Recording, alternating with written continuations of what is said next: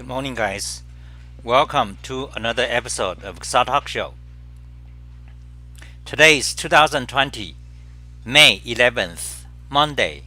Right now it's 2 o'clock in the afternoon, San Francisco time, hippie time. And we are going to do a bunch of things. I have the topics listed here.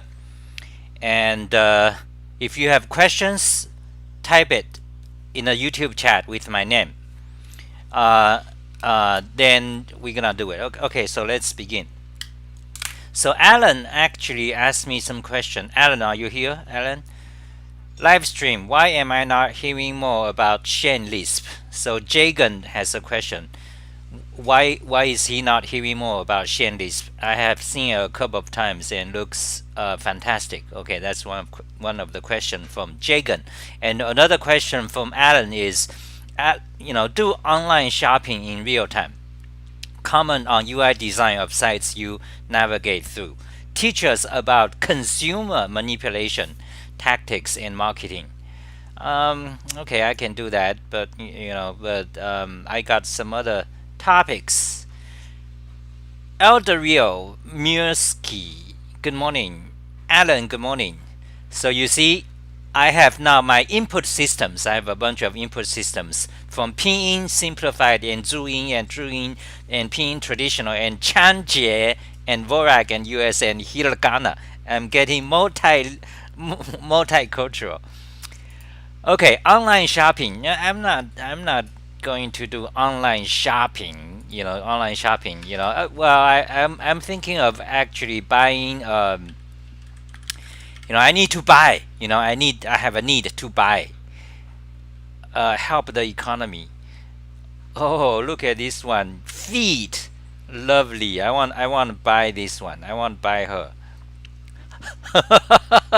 That is advertisement. That is effective advertisement. Okay, so that's that's a demonstration. That's a XahT's explanation. What is effective advertisement? Girls, naked, half naked girls. That's effective advertisement. And in general, you want pleasing things. Like this one. You see, cozy and casual loungewear. And showing, skin, showing feet. Oops, I clicked by mistake. Oh, this one. What is this one? The Last Panther. What is this? The Last Panther. Slaughter of the Reich. Oh shit! Now Google is going to ban me. The slaughter of the. Where did that happen? Oh, here. Okay. Oh Jesus. Okay, well, I'm not going to do online shopping, but look at this. Now I cannot stop it though. Now you see this, and it makes me angry. These brainless modern idiots. Yeah, now you see that. You see, Alan. So you see this. This, this pleasing, pleasant and pleasant, that's a thing. Shit. It's very noisy here. They are starting to build stuff here outside. They are start to build things. The bad death seems to be over. So how are you guys doing? Let's see. Let's check my status. Cozy, bloat. Okay, error, you are not receiving enough video. Shut the fuck up. Bloat, and cozy and bloat and cozy and bloat. Stop playing there, okay? XahTism. Drop the T. That like XahTism. That doesn't. That's an eyesore. So it should be XahIsm, just my name and ISM, not with an extraneous T. So Jagan says, Xah, could you use some of those casual styles?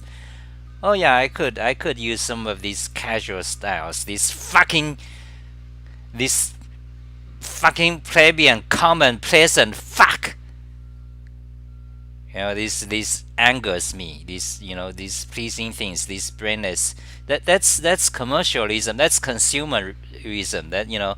It eats your brain. That's what they are. It's Americans. As in particular Americans. Since you were born, you consume this. You are reading this, and Americans. The concepts of American things. You are brainwashed the moment you were born. That is why, well, that's true. Cultural differences. That's true for every country. In the moment you are born in China, you were taught certain ways, and similarly in Japan and other places. But we were talking about in America in particular, it has this consumerism and modern fuck, and today it turned into the social justice fuck. Very sinister, and you don't know what will happen in the future. We don't know. Anyway, we digressed a lot. Actually, I wanted to do some coding and some other things. Quite a lot of things to do. Okay. So actually, there's what I want to buy. I want to, I have, there's a problem when you have a tablet. These days a lot of people have tablet, right? I'm going to show you my keyboard block. A tablet. Then a tablet only has one USB port. So every time you need to type or you need to use a mouse, you only have one USB port. So that's a problem. What you're gonna do? You can do. They sell wireless. Let me show you. Okay, they sell wireless keyboards and wireless mouse, but usually they come. Oftentimes they come with a dongle. So that doesn't work, because once you plug in a dongle, then you cannot plug in your keyboard, and every time you have to plug in. Like let me show you mine. Okay, so yeah, let me go pick it up. Okay, so let me show you.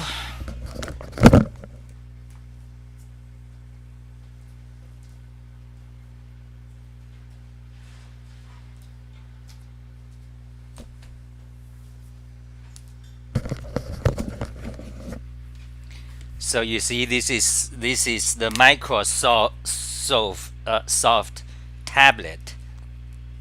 There's only one USB port. So why? Because I sit all the time, so I have to every hour or so. And I now stand up and walk around and just go read. Read on this thing. And when I read this, the touchpad. The touch screen UI is the worst fuck. Okay, it's very slow, and it's prone to errors. You type a lot of errors, super slow, and your finger has this. Your finger get tired of rubbing on the glass, and also you get tired of with this shape. You have to put your finger into this particular shape. It gets tired.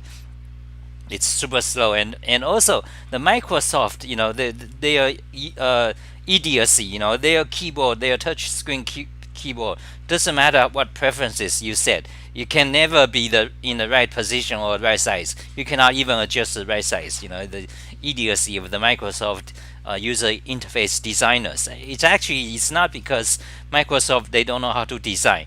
It's rather because like you wonder why after 20 years. Microsoft UI is still like blatantly suck in many cases. Why is that? I mean, is it because they don't have talents? I mean, nobody at Microsoft know how to design. That's not true.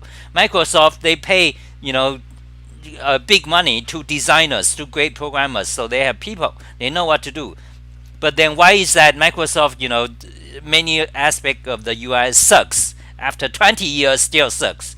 It's because I realize, once your corporation, your company becomes big, you cannot, you cannot just make it good. Just like Google today. Once your corporation, your company becomes very big, it kind of doesn't work. It doesn't work. So, you cannot have good UI. There are great talents at Microsoft, UI designers. They know what they are doing, but there's just no way for your idea to go into the product. That's what happens.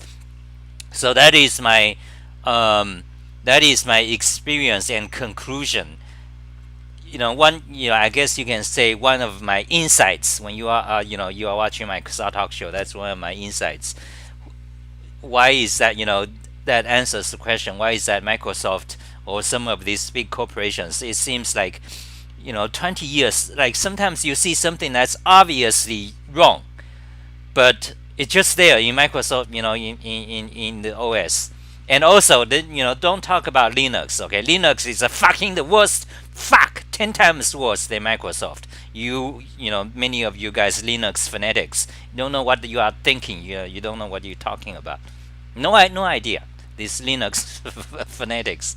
Okay, so Microsoft Surface. I sit around. I have to walk around. So it only has got one USB. So when I walk around, I don't, I cannot use a physical keyboard. I'm stuck with this finger in this finger in shit. But then sometimes I sit down, right? I take it, then I sit down, then I plug in the keyboard. That's a pain, you see. I have to plug it in. Then when I need to go, then I have to unplug it. It's a pain. Then once you plug in the keyboard, I'm tired of using my fingers. I want the mouse. But there's no hole for the mouse no more. So you have to, that's a problem. So the problem is, so how do you solve this problem, you guys? How do you, so I guess the solution is Bluetooth. Bluetooth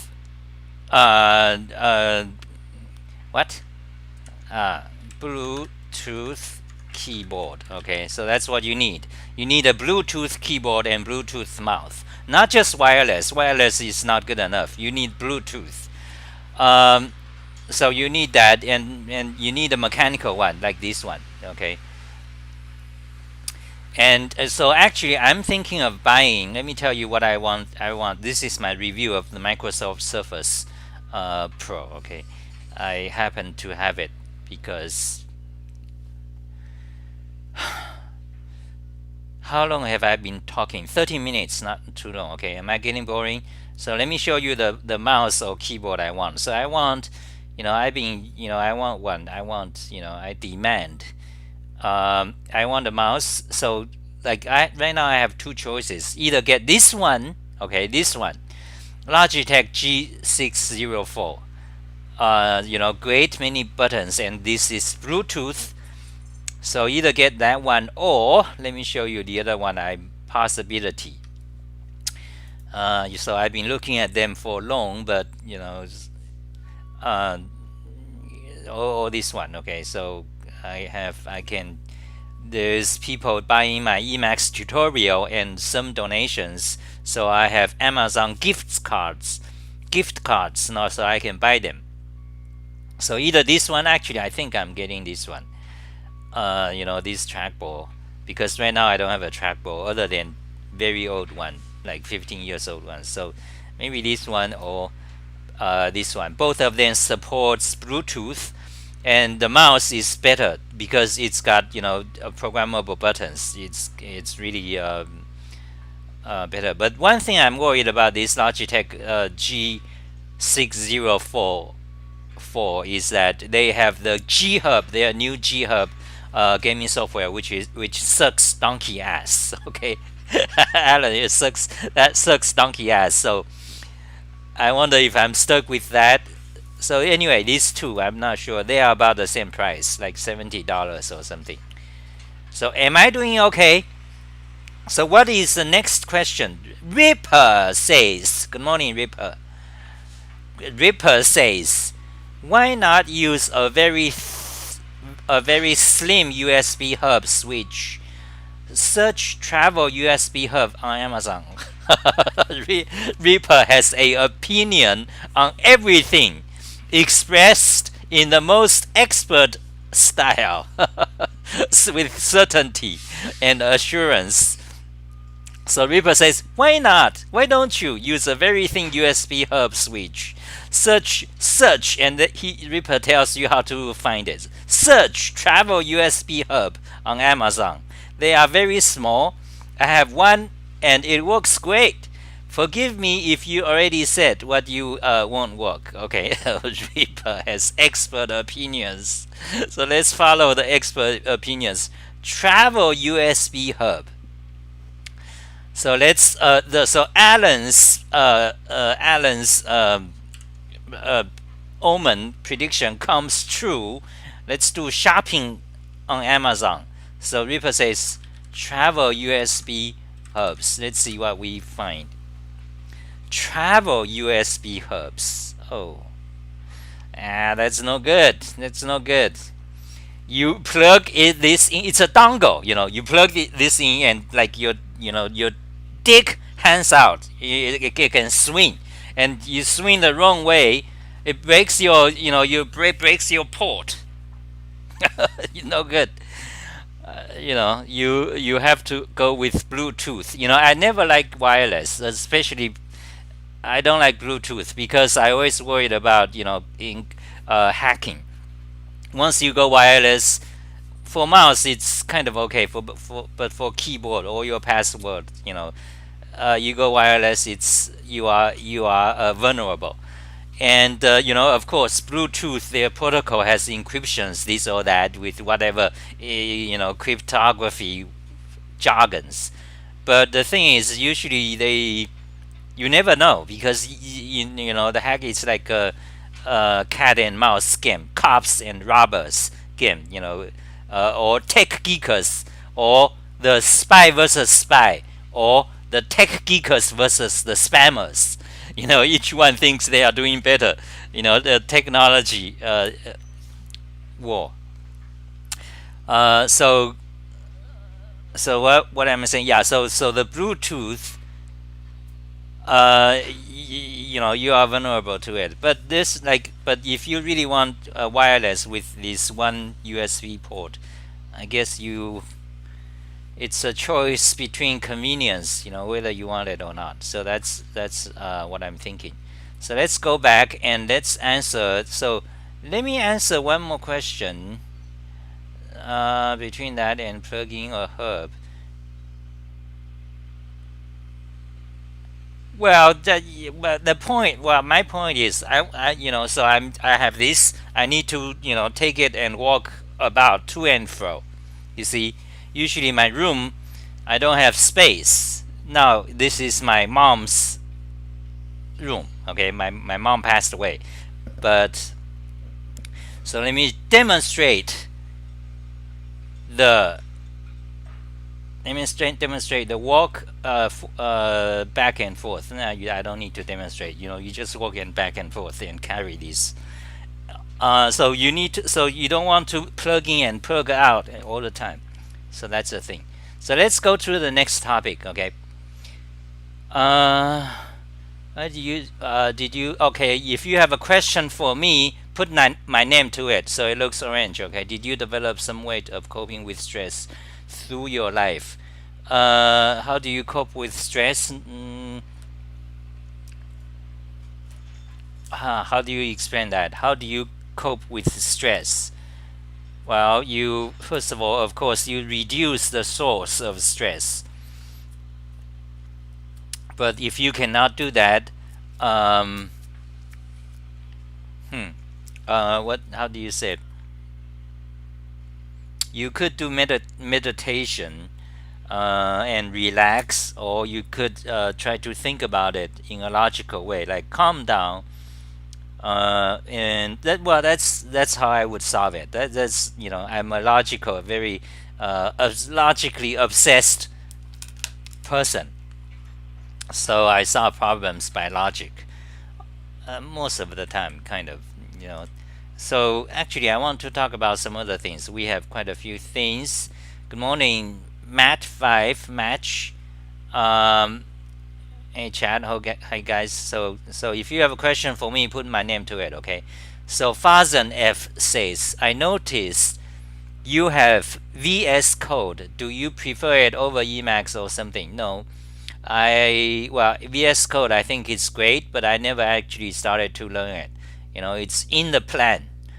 It's in the plan. I don't know when or if I'm going to get to it.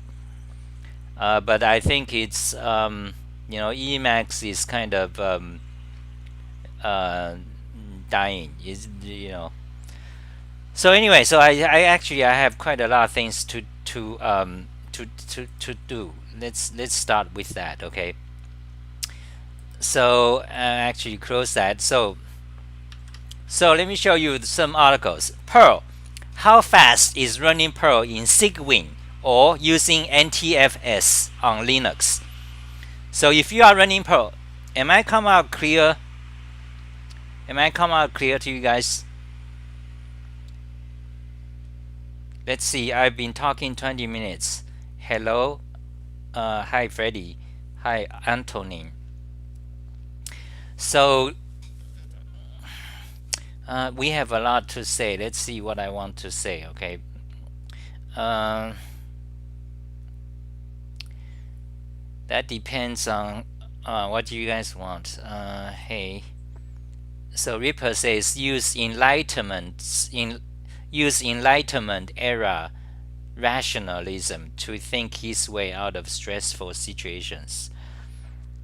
Yeah, well, stress. When you have stress, okay. So I'm trying to think how to answer the question about stress, because that's a common problem and people are interested. So when you have stress, typically you want to find the source of the stress. So in other words, you want to avoid stress, get rid of stress. Therefore, you don't have stress. That's the thing. But however, that of course that doesn't answer the question. If you don't have, the question really is, if you really have stress, unavoidable, what can you do? So anyway, so I would find the source of stress. What is causing you? What's the source of stress, and try to avoid it or rid of it or change your lifestyle. That's what they say. Change your lifestyle so you don't encounter that stress. For example, you go to a job. There's a meeting. There's a deadlines. You have to finish this coding project by this day. Okay, stress. Then you have headaches. Then you have problems. You can not sleep. Okay, so you need to get rid of the stress. So what you do is just go have a meeting with your boss. Okay, and tell him I quit. Okay, go fuck yourself. You quit. Then then you get rid of that stress. Then you lead a nomadic life or homeless life like me. Then you don't have stress anymore. That's healthy for you. So you want to get rid of stress. But once you have stress, so what can you do? Well, you can try to calm down. It also depends on the personality. Depend on what kind of person you are, how you, and also some people, they have a lot of friends. Some people are social people. Social, they are they a lot. In fact, a lot of people, they are very social, and they have family. You have some people have family members. They take care of each other. They can talk to each other. Well, on the other hand, I don't have that, and usually that's not my personality. So you resolve stress by calming down and logically thinking about it, things like that. Imagine software keys on VS Code. Indeed, if you wanted, pay me, let's say $300, I'll code it. I'll create a software keys on VS Code. People have been asking that, but it takes time to code it. I would be interested, but I have to code it. Then the open source problem. Everyone is bugging you all the time. No pay, or maybe you get a cup of coffee a month, but you spend 1 hour or hours every day on it. So anyway, so let's talk about some other things I want to say. What do I want to say? So I've been talking for 26 minutes. Okay, let's go over some of these topics. Okay, some of these which is programming related, technical. I've been doing in the past few days. I've been doing a lot in the past 2 or 3 days, a lot on my website. The endless, coding and, stuff. So anyway, this is a very old article. This is written in 2013. So the question is, if you are running Perl, for example, on Windows, you can install Perl. You can install Perl via Cygwin. Cygwin is kind of the Unix emulator. So you can, once you install Cygwin on Windows, you have the entire Unix or Linux system on your Windows machine. You can install any Linux or Unix software to run on your Windows machine. So that's one of the classic solutions, Cygwin. Okay, I've installed it, so many times. So Cygwin is one. So if you are running Perl in Cygwin on Windows, or you can install a native Perl. Someone has ported Perl to Windows. So the question is how fast. What's the speed difference? That's one example. Native Perl on Windows versus Perl in Cygwin on Windows. What's the speed difference? That's one question. The other question is, for example, if you are running Linux, suppose you have a dual boot, Linux and Windows, because you need to play games. The Linux are so incompetent. Fuck Linux in every way. They cannot do anything, except Python, Perl, coding, compile C. That's run servers. That's what it's good. Anything else, audio, video, it's crap. The user interface is crap. The thinking, everything is crap. The keyboarding, remapping keys, doing macros, it's crap. Linux is crap in every way, except the tech geekers coding. Yeah, if you code compile, that's what you do. Yeah, Linux. So if you have a machine that's dual boot because you want run Windows and then you also want to run Linux, so dual boot.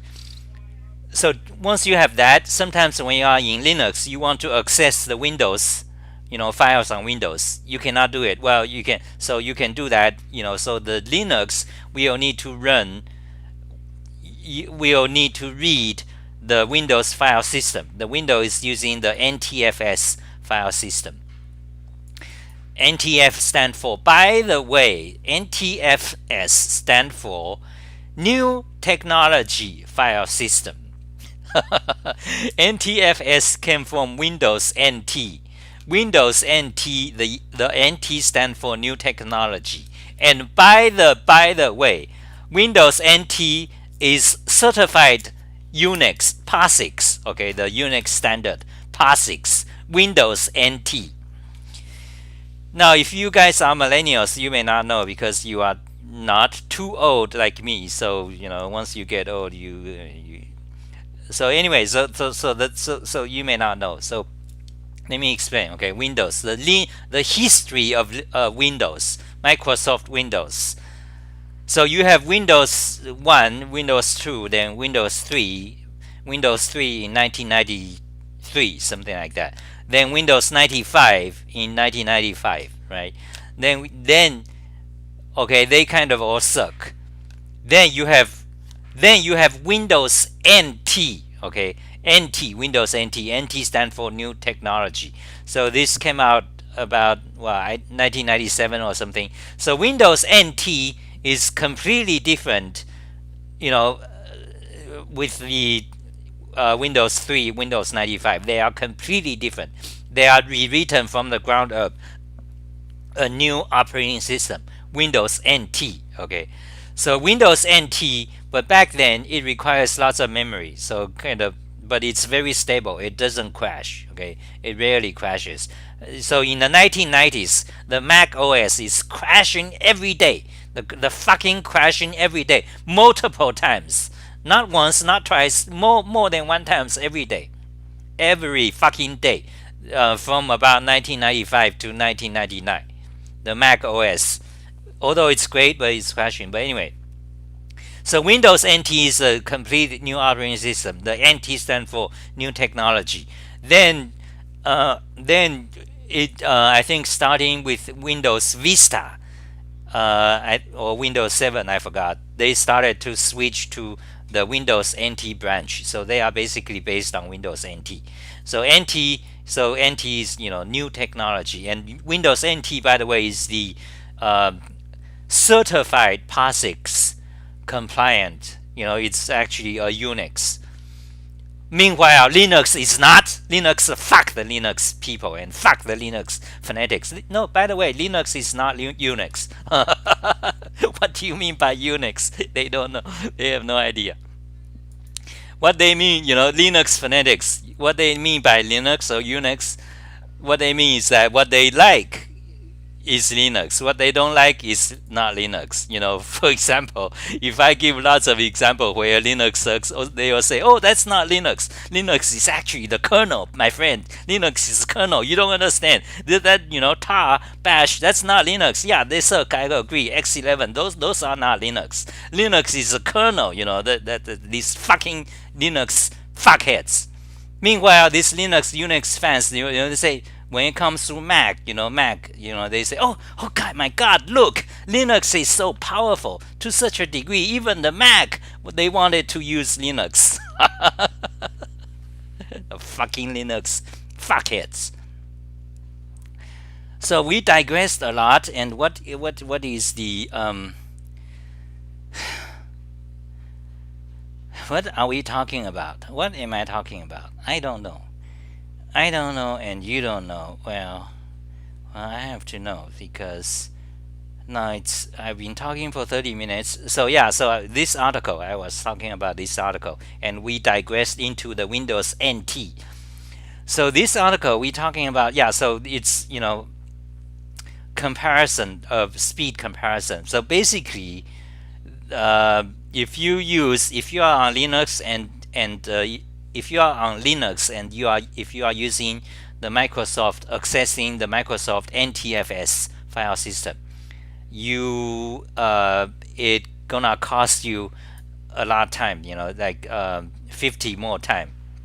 For example, if you have a Perl script that process all files in a directory. So let's say you have 1,000 files. You have a Perl script, you need to visit each file, let's say doing find replace or something.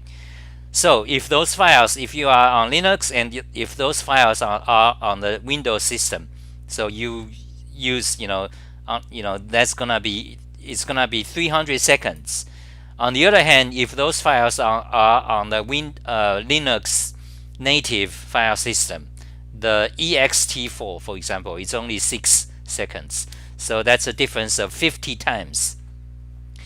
So that's a file system difference. It's very slow if you try to read the Windows file system. On the other hand, on Windows, if you use a native Perl, then it's like 55 seconds. Meanwhile, if you use a Cygwin Perl, it's 55 seconds. It's a difference between 35 seconds versus 55 seconds. That's a difference of native Perl versus Cygwin Perl. Okay, so about twice. There's another example about using the Windows file path convention versus the Unix file path convention. Unix is slash, Windows is backslash. They don't agree. Anyway, that's about this page. Okay, so what's the next topic? Let's go to the next topic. Let's see. Are you guys happy? Are you guys happy? I'm kind of getting nowhere and tired. Did you take a look at the poll OSs used on the Discord? Can you post the link? I didn't post. Yeah. So Matt. Okay. So Matt. He wanted this is a strange request, okay? So on Discord, if you haven't already joined Discord, okay, just search for XahTV Discord. The URL, the invitation link is on my website. So join Discord. Lots of people, interesting ideas. We chat, we talk here. So Matt has the idea. Matt from Germany. He wanted to do a poll. He wanted to do a poll like who is using which operating system. Linux, what distro? Linux, BSD, FreeBSD, OpenBSD, Dragon BSD, what's the NetBSD, okay, or Mac OS or Windows, he want to do a poll so that to see who is using what. And I was thinking, why? I mean, what's the point? That's what's the point of doing that?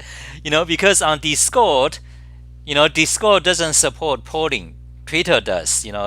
Other side Twitter does. On Twitter you can do that. But anyway, Matt wants to do that. So, and I'm thinking that what's the point? Because Discord doesn't support that. If Discord support that, we can have that. But anyway, the thing is that once you do the poll, it's gonna scroll off like within 1 week. It's ephemeral. It is like have no use whatsoever. No use whatsoever.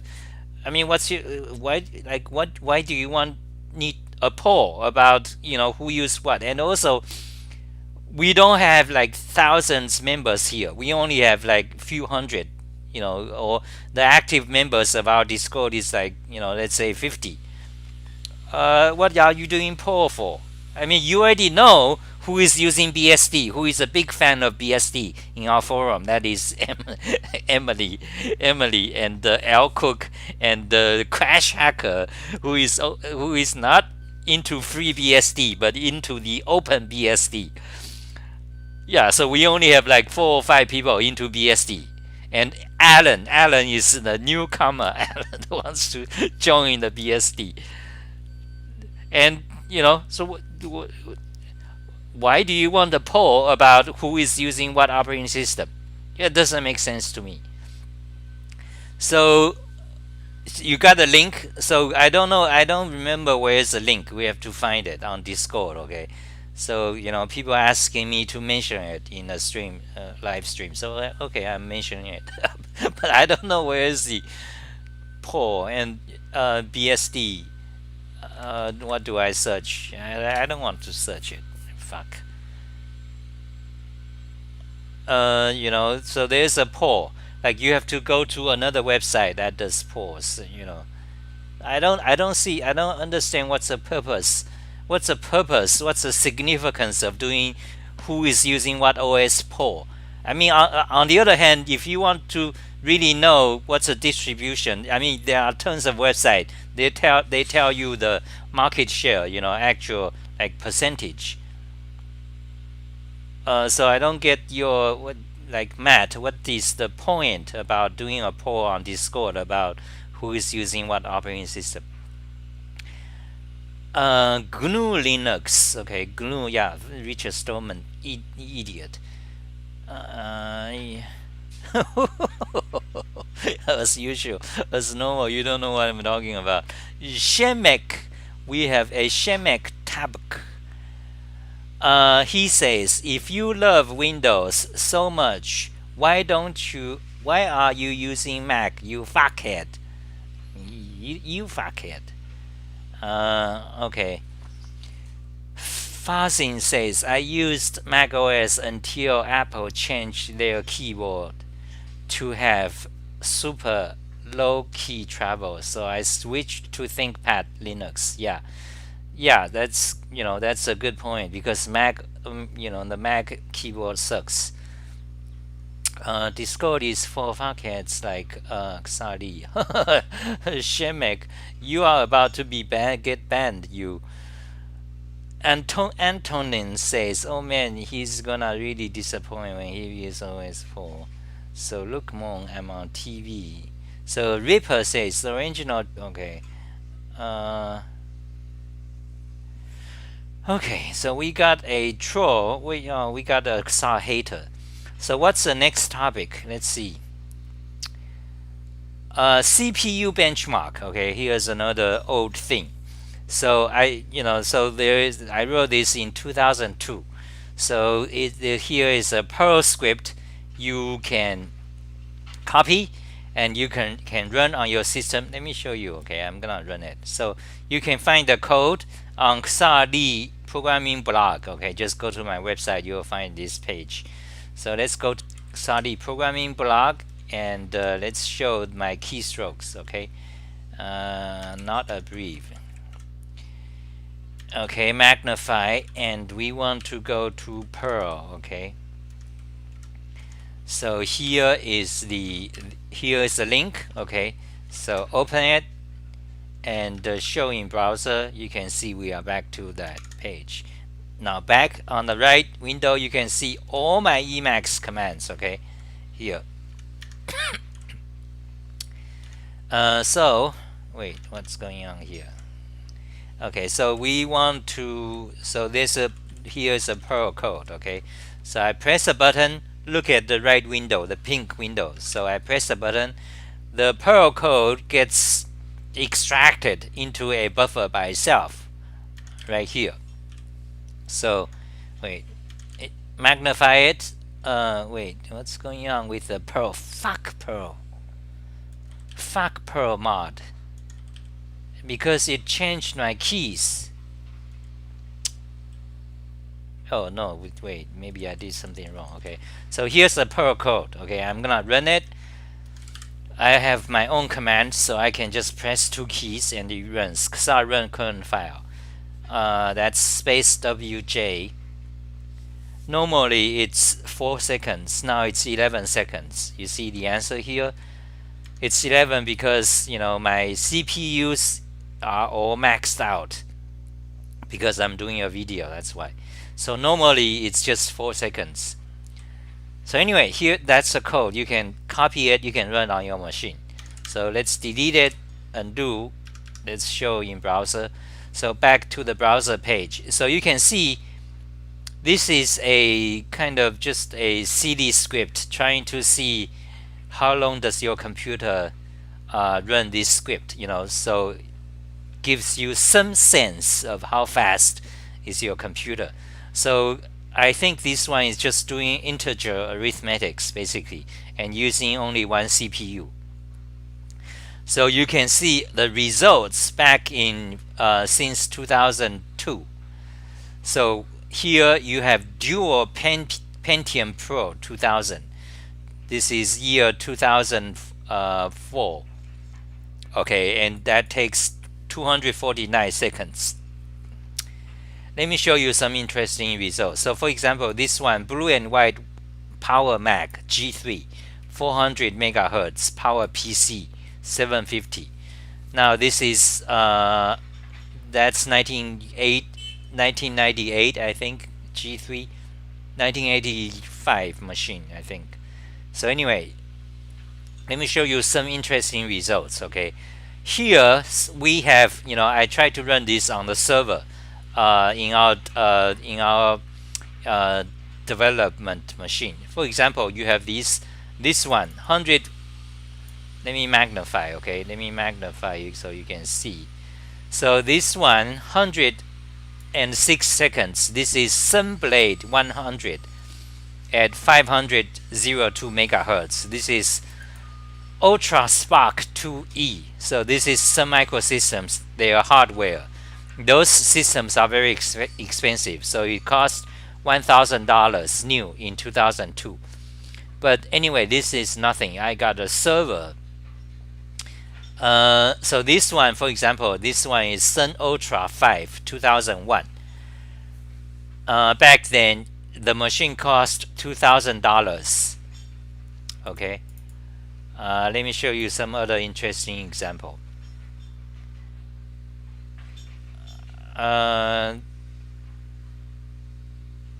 So this one 78 seconds. This is Sun Enterprise. Sun Enterprise 220R. So this machine is a server rack. It cost $500. No, it cost $5,000. No, wait. It cost $20,000. This rack, Sun Enterprise 220R. It's $20,000 in year 2000.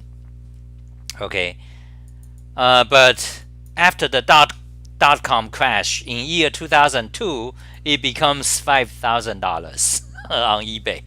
So $20,000 become $5,000. And it's, for doing this test, it's not very fast. It's only 78 seconds. So this is, a $20,000 machine back then. Then we have, let me show you some other interesting. This one, 56 seconds. This is HP 9000 series model A500. Okay, so this machine came out in year 2000, and it cost you also over $20,000. But after 2 years .com crash, it becomes $2,000 on eBay. So this HP 9000 series, it's a server rack. I remember it's like this big. Okay, I think this big. It's a rack, but this thick. Yeah, so that's HP server. I ported our Perl programs to the HP UX a long time ago. So this is 20 years ago. So that's some of the interesting machines back then. So this is 20 years ago. So you can see, and today, so for example, another interesting result from Emily, our Emily here. Let me show you. So she built her own PC, and her PC, her CPU is this one. Shit. Wait, go back.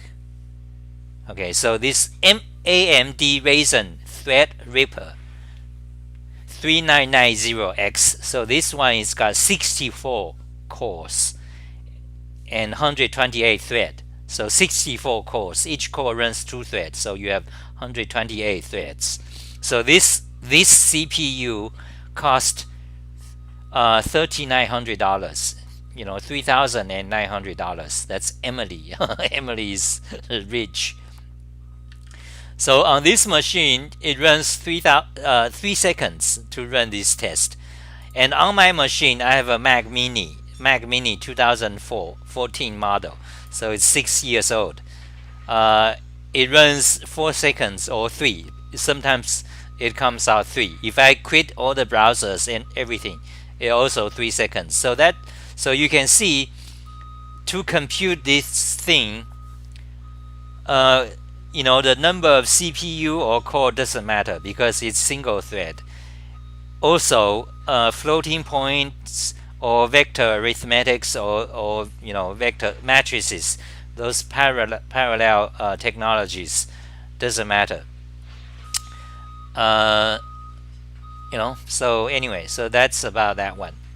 So what else? Let me go back to the good morning, Bart. So Ripper says, have you run your Perl tests using WSL, Windows Subsystem for Linux? No, I haven't done so. Will a faster CPU help me utilize monads more effectively? Yes. So monads, monad is Haskell. Haskell is also single thread.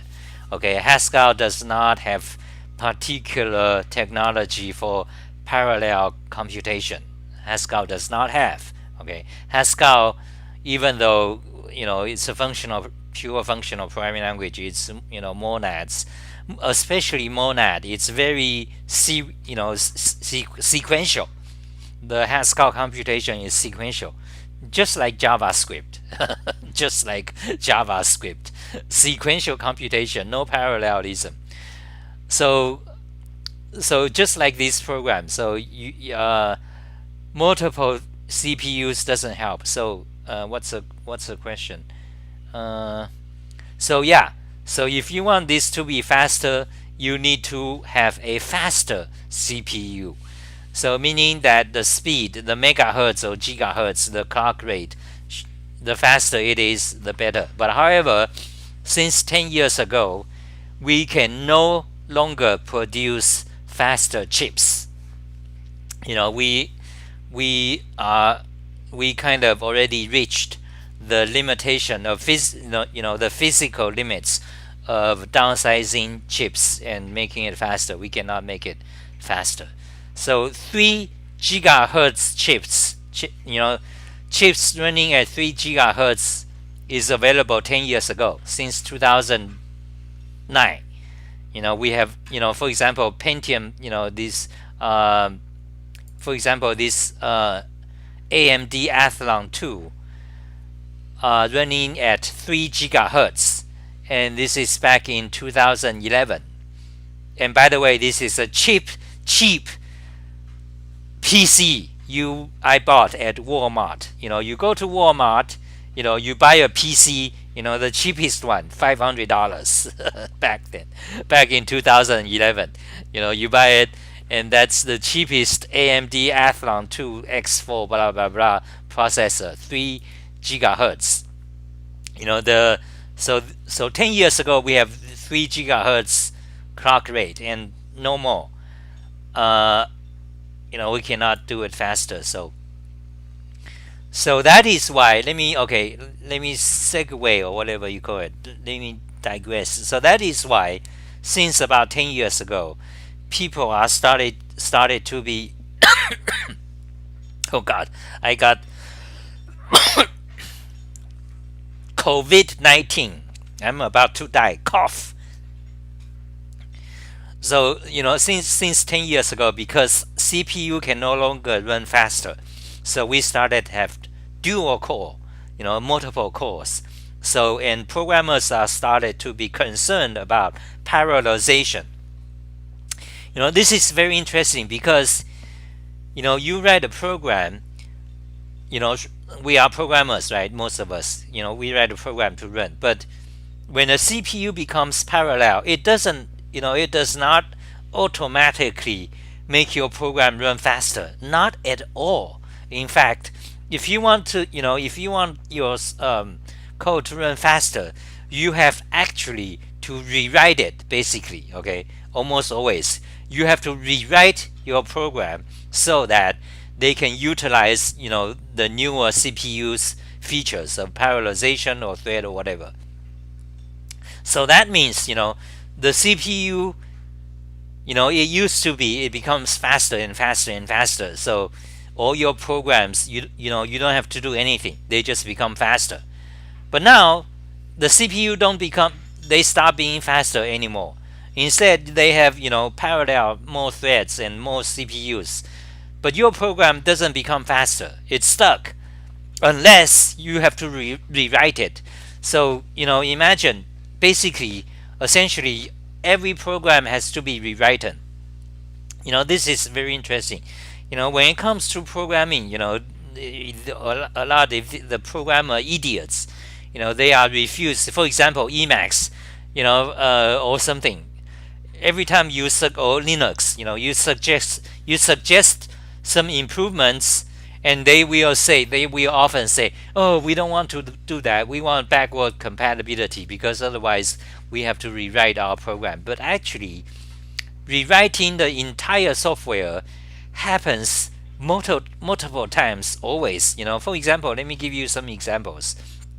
On the Mac, okay, when Mac switched to the PowerPC architecture, this is back in 1995, they switched to the PowerPC chips, architecture, G3, G4, Artivect. You can see some of these jargons, in this article. We are talking about history here. You can see this, and Apple ads. Apple ads, they are advertising. Apple has famous Apple ads. You can still see on YouTube. They roll out a tank. Saying that the PowerPC is actually a weapon. Forbidden to export by the U.S. government, because they have a law. When your computer is beyond certain peta speed or something, they have, you cannot export it. So back in 1994, Apple rolled out this ad, showing a tank, saying that, oh, the Mac is now a weapon. You cannot. It's so fast. You cannot export. So what's my point? Okay, so back in 1994, Apple switched their chips to the PowerPC.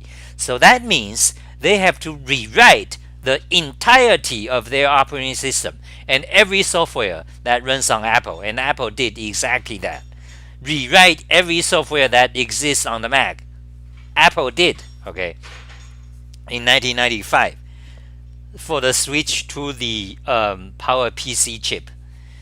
Now, this happened again in around 2002, when the Mac OS X came out. The Unix, fuck the Linux fanatics, the Unix fuckheads that created everything wrong with the computing industry. Their mentality, the Unix philosophy, the sloppy fuckheads with C, their design, it's this Unix and C. So anyway, in 2002, Apple started to, because their OS is crap, crashes every day. Apple started to, Steve Jobs, the Mac OS X. Why X? X is it's a Roman numeral. X stand for 10. Mac OS 10. The next version of Mac OS 9. The successor of Mac OS 9, Mac OS 10. But why X? Because why they use the Roman numeral? Why don't they just say 1010? Well, because it's part of the marketing ploy. Because they are following the Unix tradition. The Unix operating system, they tend to end with the X. Why X? Let me explain. Okay, for example, Unix, Linux, Posix, HPUX, AIX from IBM, AIX, Irix, from Irix, from Silicon Graphics, all these, and also Apple, AUX, and Xenix from Xenix, related to Microsoft. People were talking about it today. So all these operating systems, they are Unix. They, by tradition, the kind of unspoken meme, fun pun, they end in X. Why X? Because X has always been kind of the most dramatic letter in the English alphabet. X, not A, not B, not Z, not C, not A, B, C, D, E, F, G, but it is X. Same with my name, X. It's the most dramatic letter of the English alphabet. So you will find lots of things, it's called X, Mr. X, or some X, or XXX. It can stand for quite a few things. There's also a movie. There's a classification of movie, which named XXX. But there's also a movie title, the car racing idiots, named XXX. So X is the most dramatic letter. So that's what, so anyway, so Unix is, the operating system ends in X. So that is why Mac OS X, this, they use, that's a trick. So back to what I was saying. So when Mac OS X came out, Apple has to again rewrite every single software on the Mac, including the entirety of the operating system. That's thousands. That's literally thousands of software and billion, trillion, gazillion of lines, in the operating system. So that's rewrite. So back in 1995, PowerPC rewrite. In 2002, Mac OS 10 rewrite. Again, in 2005, around 2005, Apple started to switch to the Intel chip, Intel architecture. Why? Because it turns out this, the weapon, the super powerful Mac is not actually that fast. The artifact, the G4, G5, G3, G4, G5, the PowerPC failed.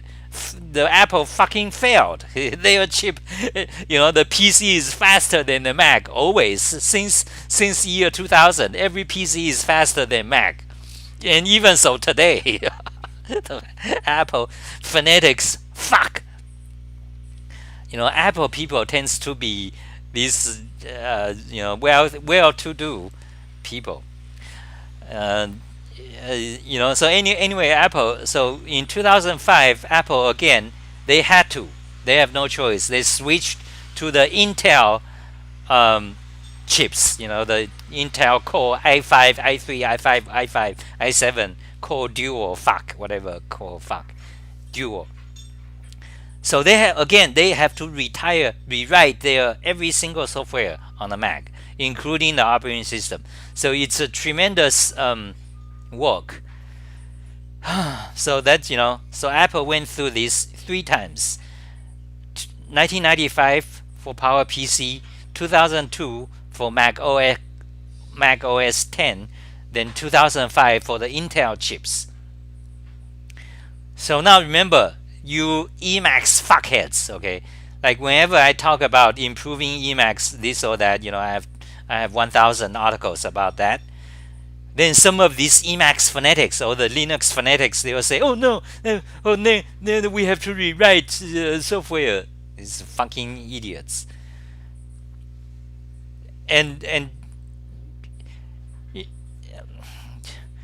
the problem, is not because they actually have to. The problem is that they believed, a lot of problems in society is that people wanted to believe, you just have, you don't think code problem or religion problem, which is, by the way, natural actually.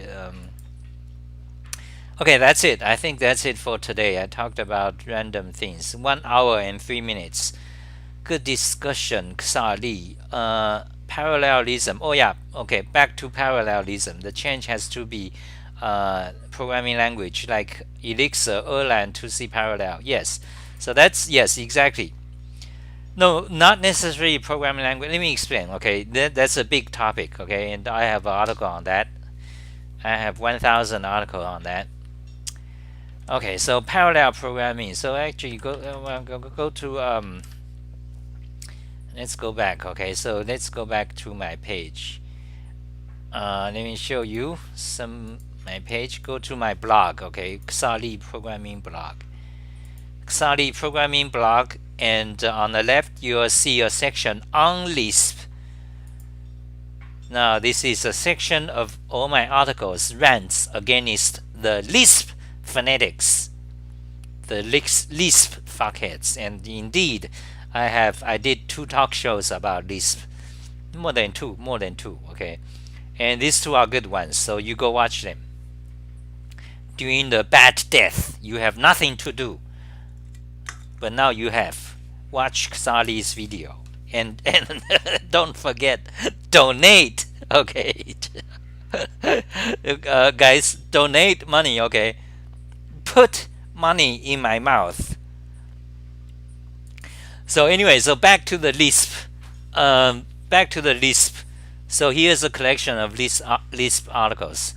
So, and one of them we are going to talk about is get rid of cons. Here, this article. Okay, so let me show you. Now, this article is written by the preeminent Lisp expert and pioneer, programming language pioneer, Lisp pioneer, Guy Steele. Now, if you ever coded in Lisp, you know him. He is also the first one who wrote Emacs before Richard Stallman. Guy Steele. Okay, before Richard Stallman, Emacs. And he gave a lecture and also a article essay that says don't iterate, recurse, and get rid of cons. Cons is a construct in Lisp, where I've been fighting with the Lisp fuckheads for 20 years. They don't listen. The Lispers, the phonetics Lispers, they just like Emacs code or Perl code or Python code or Python code or Rust. They don't see things. Linux code, they so for Lispers, especially common Lispers, they have a obsession with cons. Because I'm not going to explain why, but I have reasons why code, certain things happens in code, But anyway, so the Lisp phonetics, especially common Lispers, they have a deep obsession with cons. Why? Because cons is one of the things that identifies Lisp. In other words, it's an identity of Lisp. Because if you disparage cons, then Lispers gets insulted. They feel their language is under attack. That is why Lispers have a thing for cons, because cons is kind of a unique thing that associated with Lisp, the language. Cons, okay, and also the other things are parentheses. Cons, parentheses. For example, let me give you some examples of these code obsessions. So in Emacs, what do you have? You have Lisp to Lisp, okay, buffer, okay, and scratch buffer, okay. In Emacs, the obsessions are Lisp, scratch buffer, meta x, okay, meta key, okay. So these are things that serves as and few others, okay. These are things that serves as the kind of the identity for Emacs phonetics. Whenever these things are under in question, Emacs Emacs phonetics, they will get very sensitive and they will defend it to death. Okay, whenever you talk about the meta key or the scratch buffer or the Lisp, in Emacs, the Emacs phonetics will becomes very sensitive. So my point here is that I'm trying to illustrate the codes usually they have certain things. Well, let's limit to the programming things. Okay, so in programming community codes, Linux, Emacs, Python people, Perl people, Lispers, codes. These are codes. They typically have a few items they are obsessed with and very sensitive about. And why? My main thesis here, XahTism, my main fruit thesis here is that the reason these particular codes or phonetics groups, they have a particular technology that they talk about all the time, is because here's the reason, is because those things are serves as the identity for that technology, for the technology that they are fanatical about, usually in a unique way. That is why, okay, that I'm telling you the reason, usually in a unique way. For example, in Perl usually it's the more than one way to do it. In Python, usually it's the layout syntax. Python will defend it to the death.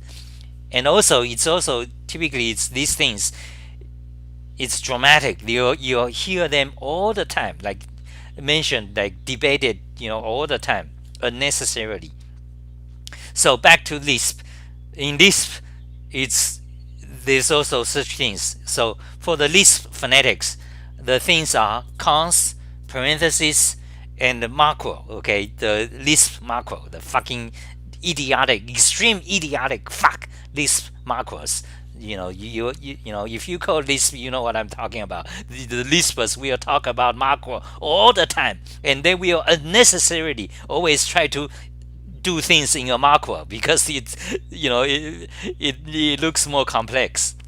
These idiots. So anyway, back to the Guy Steele. So Guy Steele is saying, so what is Guy Steele doing? He is doing research on parallel computation. He's doing research on parallel computation. So he, he give you some tips and what he found about parallel computation. How should you write the program?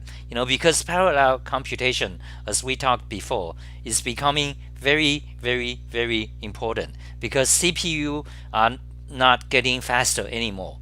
Therefore, it's necessary you have to basically rewrite every program in order to for them to be parallel.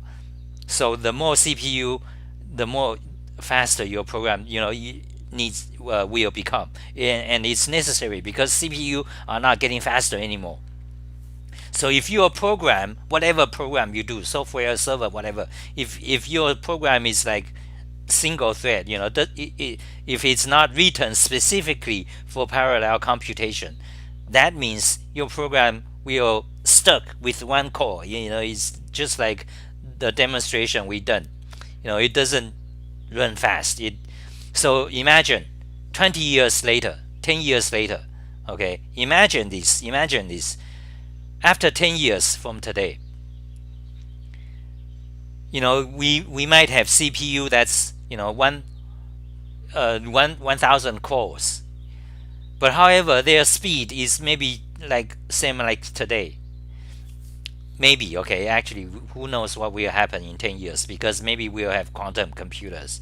Anyway, let's just say, for example, 10 years later, we might have, it might be common for every personal computers to have 100 or 1000 cores, but however each core is no more faster than today's chips. So if your program, like the entirety of Linux programs today or whatever programs, if they are not rewritten, that means after 10 years they are no faster as today. They are the same speed as today. So you see, here's the key point. The impact of this parallelism is that it's serious and it's true. Truly, every program sooner or later will be rewritten, needs to be necessarily be rewritten for parallel programming. Okay, anyway, you go read this article. Okay, it talks about this specific, if you want to learn, you need to learn about this parallel computation. Why is it important, and what can you do as a software programmer? What should you do to make your program use parallel computation? There's a lot of topic to talk about on this subject, because you have parallel. How to code so your program becomes parallel? That's one question. Then so this question, this guy Steele is trying to address. Then there's also other questions such as parallel languages. Golang supports coroutine. Clojure has some kind of ATM, another mechanism for parallel computation. Haskell doesn't have. Okay, Haskell doesn't have shit. The monad phonetics. Haskell doesn't have shit. So Clojure has, some they call it ATM or something. Golang has coroutine. Erlang is the most famous for parallel computation, based on message passing. Okay, so Erlang. So you have these dedicated languages for parallel computation, and then you have Elixir or others based on Erlang or something like that. So anyway, so that's another topic: how to design a programming language such that it's easy for programmers to write programs for parallel computation. And also there's another question: how can you have a programming language such that when programmers don't even have to think about parallelism, they just write programs like we do normally. But however, once their program runs on parallel multi-cores, it will automatically run parallel. That's the ultimate solution. The ultimate solution is to have a programming language such that automatically does parallelization. Why cannot it automatically be parallel? Why do we have to specifically design it? That's a lot of questions about this topic. Anyway, I think that's it for today.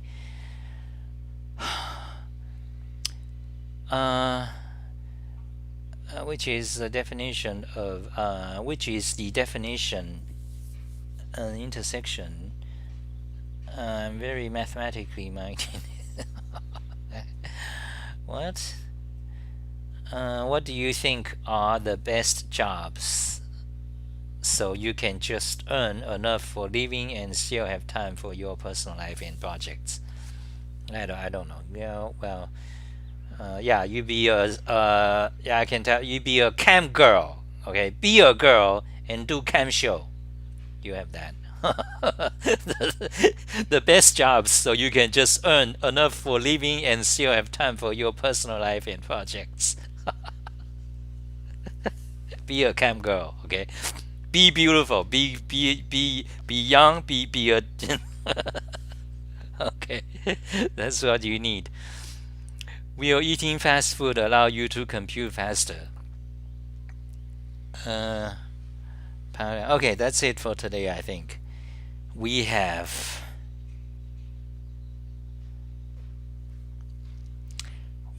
a ramble, and that's it for today, and goodbye, guys.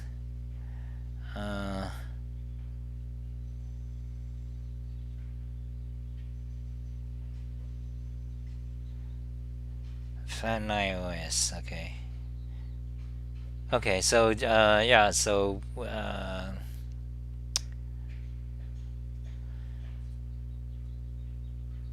oh, I have 20 viewers. Oh, wait, someone gave me $5. Who is it? Let's check. I didn't even pay attention.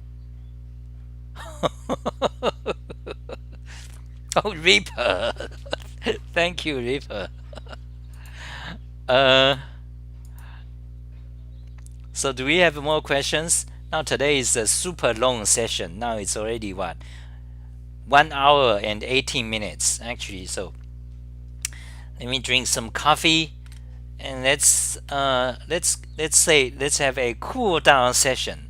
5 minutes or something. Cool down session so we can kind of summarize where we are, what we want. So Ripper says, this is an interesting theory about ending in X. No, it's not interesting theory. It's kind of a fact, you know. Do you have a reference for this, or is this pure XahTV analysis? It's so common, Ripper. So Ripper is talking about, you know, the Unix operating systems ending in X, kind of a convention. So Reaper is saying, do you have a reference, or I mean, where do you hear these, or something like that? I mean, this is kind of common. I mean, just look at the examples.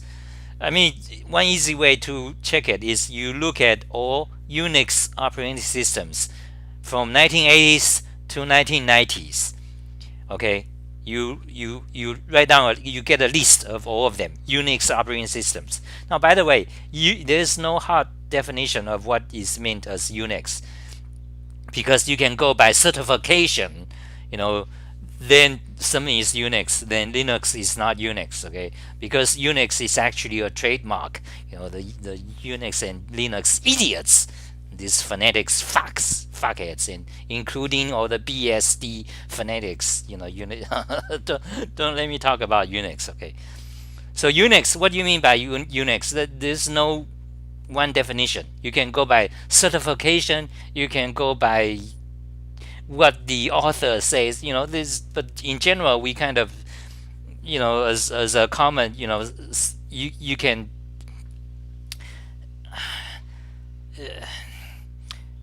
it's like let me ask you, what is a pen? Okay, is there a actual definition for a pen? Not really. You know, you can look up dictionaries. You know, each one may define it slightly different. So you can have quill pen, you can have ballpoint pen, you can have space your pencil. You know, or your finger might be a pen. You know, so but there's no like scientific definition of what is a pen. But however, we don't need it. But however, we don't really need such a definition, because everyone in the proper context we understand what is a pen. Okay, what is a pen? A quill is also a pen, right? A chopstick is also a pen. Okay, I can write this on sand, you know, in case, or write your blood with it, with your fingers on a wall. sys requires that. So so in the same way, what is Unix? There's no actual, like definition.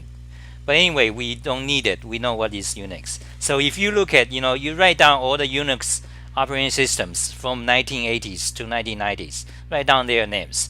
We have let me repeat again. AUX from Apple, Unix, the word itself, the first, from AT&T. By the way, AT&T, it's commercial. Okay, it's not free. AT&T Unix.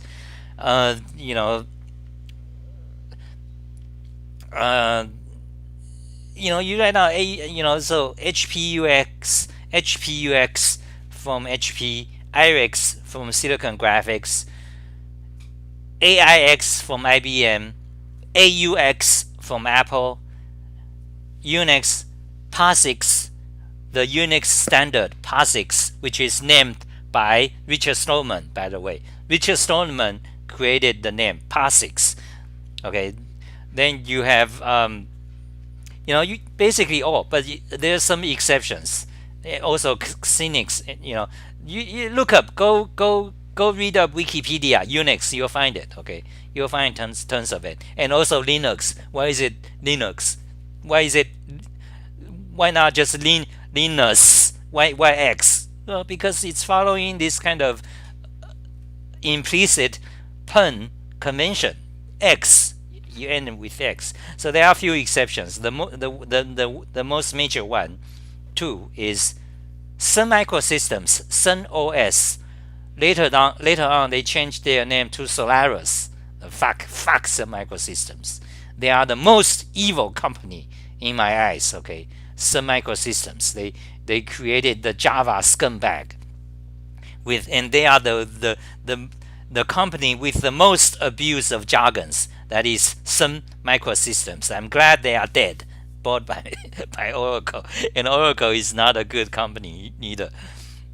But my opinion, contrary to the Unix fuckheads, the typical Unix fuckheads, they will say, "Oh, Oracle is bad, but Sun Microsystems is good." No. You have to remember back then, Sun Microsystems, when they are thriving with their Java around year 2K, they are actively, promoting Java on their Solaris operating system, but meanwhile trying to make it doesn't work on Linux, the open source, the Linux. But eventually, Sun Microsystems died, killed by open source, the virus. So so back to so that's, I think you can verify that most Unixes ends in X.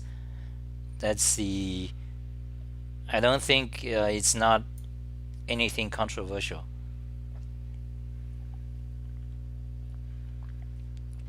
Paul Edwards says, good discussion, parallelism. Okay.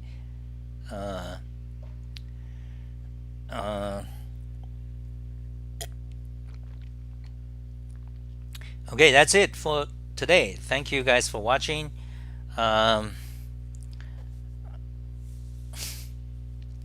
Join Discord. Bye. Have a good day.